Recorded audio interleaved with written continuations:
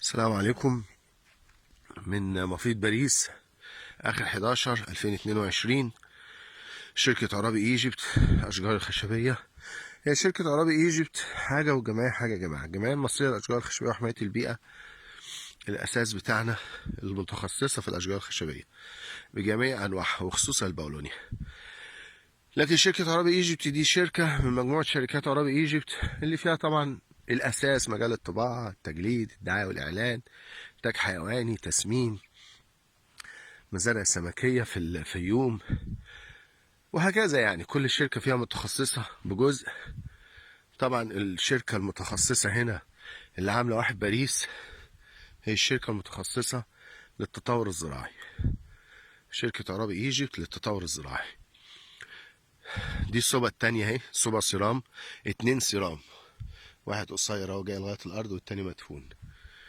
دي الصوبة كده تخلي الجو هنا جميل وتخلي قاعدة محترمة. وطبعا الأساس هي معمولة لشغل هيتعمل في الصيف، شتلات كل حاجة بقى، شتلات الأشجار الخشبية. ضروري ضروري ضروري الناس اللي هنا محتاجة مصدات رياح، ضروري، وقبل الزراعة إن شاء الله، ومحتاجة نخيل.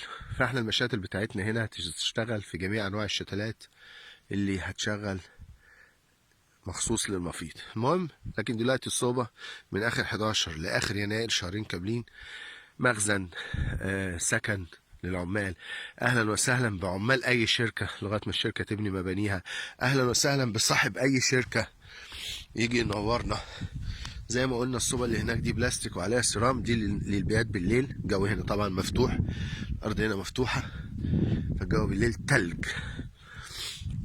هيبقى عندنا دي بالنهار جوها جميل جدا. وعندنا اللي هناك دي هنروح نصور فيها دلوقتي للبيات، الجو فيها دافئ جميل جدا. وادي الحوض بتاعتنا اهي، المساحة الأولى اللي بدأنا بيها.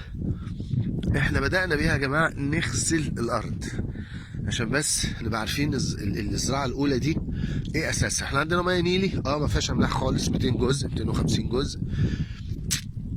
لكن الأرض دي زي ما انتم شايفينها كده، أرض جميلة جدا رملية، لكن دي ما تعتبرش رملية صافي، دي رملية فيها نسبة طفلة، ودي من الأرض الجيدة جدا، يعني أراضي كويسة. المهم إنها تكون نسبة طفلة سايبة، فبالتالي تبقى بالمنظر ده. شوف رجلي، الساعة 5:30 الصبح. عندنا الحفار هنروح له، قاسم الأرض نصين ماشي، بيعمل ترعة هنوصلها لآخر الأرض ونشتغل شغل التقسيم 100 لكن احنا دلوقتي قلنا نلحق نغسل الأرض. نغسل الأرض ازاي؟ يعني نزرع شعير، وده مهم جدا جدا جدا في غسيل الأرض، انك تزرع أول زرعة شعير. أي نسبة ملوحة في الطفلة هو هيعتبر عامل زي المية، وطبعا وتسقي غمر. أنا بس عايز أروح، ده حوض أهو، ده الأرض على طبيعتها شبه مستوية.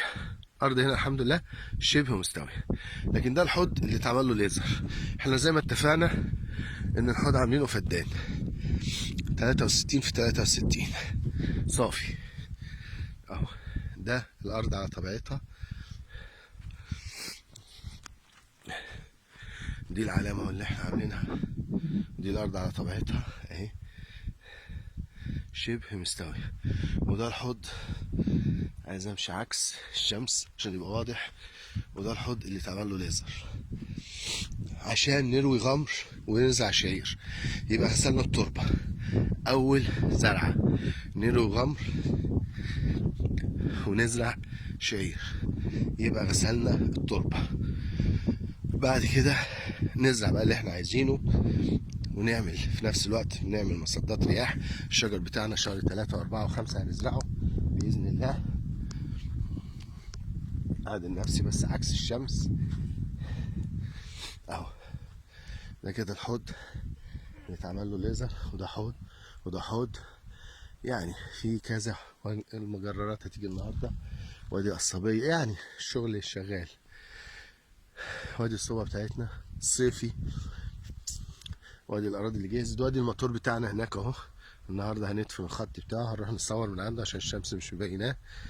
وعاملين خط كيلو، وهنزرع غمر، وهنزرع شعير لغسيل التربة، ونبقى أول ناس زرعنا في المفيد ولو بداية إن شاء الله بإذن الله. واحد باريس شركة أراضي إيجيبت أول ناس تزرع في المفيد. وبعد كده المكنة دي لما الترعة تشتغل ونقسم الأرض ونأسس تأسيس اللي احنا عاملينه على الخرايط، الموتور ده هيبقى خاص بتغذية المشاتل اللي موجودة عندنا هنا في واحد باريس. كل خطوة معمولة. الورق هنا بيشجعك انك واخد محضر رسمي من المحافظة، واخد كروكي رسمي من المحافظة، وبيقولك أول ما تزرع استلم العقد. فده بيشجعك تشتغل في جميع الاتجاهات بإذن الله. المية طبعا النيلي بتشجعك، الأرض هنا بتشجعك، وطبعا مية النيلي هي اللي جايبانا هنا. وورق تمام. حلو الفيديو ده، كفاية كده مش عايزين نطول. وهندخل دلوقتي نصور الصوبة دي بلاستيك وعليها سيرام، الصوبة الشتوي اللي نبات فيها. والدعوة قائمة لأي حد في المفيد يجي ينورنا. الرز موجود، سكر موجود، شاي موجود، مكرونة موجودة، مش عايزين نعدد، لكن في كل حاجة بإذن الله. والخير موجود هنا في واحد باريس لأي حد مزنوق لأي حاجة، عمل صاحب الشركة ما يجي أو صاحب الشركة نفسه لغاية ما يبني سكنه. واحنا أول ما المدق يجي عندنا، احنا عندنا مساحة 5 كيلو مدق عشان نجيب مدق من الرئيسي. أول ما هنعملها هنبدأ نبني ونعمل السكن الحقيقي، وساعتها نشغل الصوب دي للشتلات إن شاء الله. مع السلامة.